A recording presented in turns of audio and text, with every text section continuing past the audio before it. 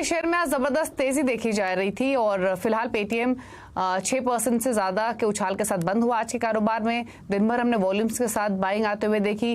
क्यों रही तेजी इस स्टॉक में या फिर क्यों ये एक्शन में है स्टॉक पिछले कुछ सेशन से, ये जानने के लिए चलते हैं हमारे सहयोगी हर्षदा सावंत के पास। हर्षदा बताइए, पेटीएम ये एक्शन जो बनते हुए दिखा है वापस, इसके पीछे क्या है कारण?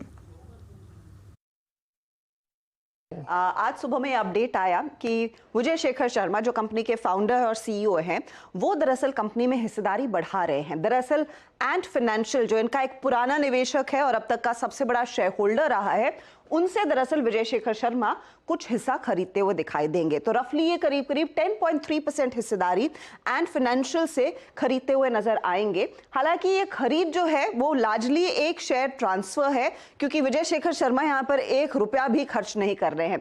दरअसल इनकी एक कंपनी है रेजिलिएंट एसेट मैनेजमेंट, जहां पर विजय शेखर शर्मा 100% हिस्सेदारी होल्ड करते हैं।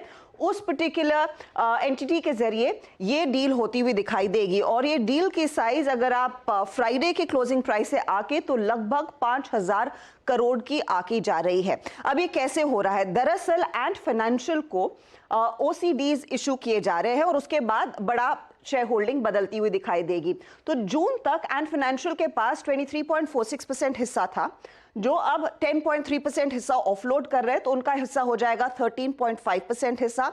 विजय शेखर शर्मा के पास जहां पर जून तक 9.22% हिस्सा था, उनका हिस्सा बढ़कर हो जाता है 19.22%। मैंने सॉफ्ट बैंक को इसीलिए यहां पर रखा है क्योंकि सॉफ्ट बैंक एक और बड़ा निवेशक था जिन्होंने पिछले 2-3 महीनों में धीरे धीरे करके अपना हिस्सा ऑफलोड किया है और लास्ट रिपोर्टेड जून तक वो 9.18% पर आ गए थे और उनका हिस्सा अब तक तो फिलहाल चेंज नहीं हो रहा है, ना ही इंडिकेशन आया कि क्या कुछ और ऑफलोड करते हुए दिखाई देंगे। लेकिन जो एंट फाइनेंशियल का 10.3% हिस्सा ऑफलोड किया जा रहा है वो लार्जली ओसीडीज के जरिए हो रहा है। ओसीडीज यानी कि यहां पर ऑप्शनली कन्वर्टेबल डिबेंचर्स इशू किए जाते हैं, जिन पर एक आपको विकल्प मिलता है कि आगे चलकर जब आप चाहें इनको इक्विटी में कन्वर्ट कर सकते हैं। ओसीडीज देने के पीछे तथ्य यही है कि एक तो विजय शेखर शर्मा को ये स्टेक उनसे खरीदना नहीं है, तो कैश कोई यहां पर खर्च नहीं किया जाएगा।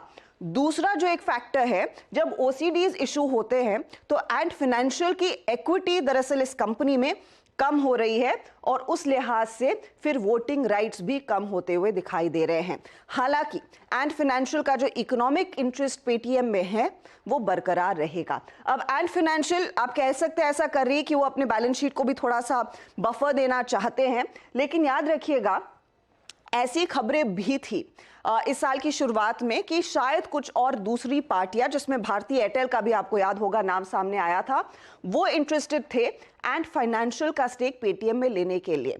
अब क्योंकि ये लार्जली शेयर ट्रांसफर है और एंड फाइनेंशियल के वोटिंग राइट्स कम होंगे, विजय शेखर शर्मा का हिस्सा बढ़ता हुआ दिखाई देगा। ये हो सकता है एक तरीका उस तरह के किसी एक्शन को अवॉइड करने का, लेकिन ध्यान रहे स्टॉक रिकवरी दिखा रहा है। ऑल टाइम लो से दरअसल ये 2 गुना हो चुका है, हालांकि अभी भी 2150 के इशू प्राइस से काफी दूर है। थैंक यू हर्षदा डिटेल्स बताने के लिए। लेकिन पेटीएम का जो बिजनेस मॉडल है अब आकार ले रहा है और ये कहना है मार्केट एक्सपर्ट आनंद टंडन का। उन्होंने आगे कहा कि पेटीएम की अर्निंग ग्रोथ और प्रॉफिट में बढ़ने की पूरी संभावना आगे के लिए दिख रही है।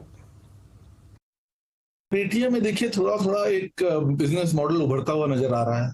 उन्होंने अपना उनका जो सबसे बड़ी स्ट्रेंथ थी जो कि ये थी कि पेमेंट में उनका पोर्टफोलियो सबसे बड़ा है और कंज्यूमर इसके कारण उनके पास आता है, उसको उन्होंने मोनेटाइज करना धीरे धीरे शुरू कर दिया है और इसके कारण उसमें अर्निंग्स ग्रोथ की संभावना कम से कम नजर आने लगी है। वो प्रॉफिट भी बनाने की तरफ अग्रसर है। अगर जब प्रॉफिट बनाना शुरू हो जाएगा ठीक से तो आप देखेंगे कि वो बहुत महंगे लग रहे हैं। तो इसलिए आपको थोड़ा सा ध्यान रखना चाहिए कि जब बाजार मंदा हो और उसमें अब ये नॉर्मल स्टॉक्स की तरह हो जाएंगे, क्योंकि ऐसा नहीं है कि सेम ग्रोथ रेट आप बरकरार रख सकते हैं जब आपकी प्रॉफिटेबिलिटी भी फोकस में रहेगी।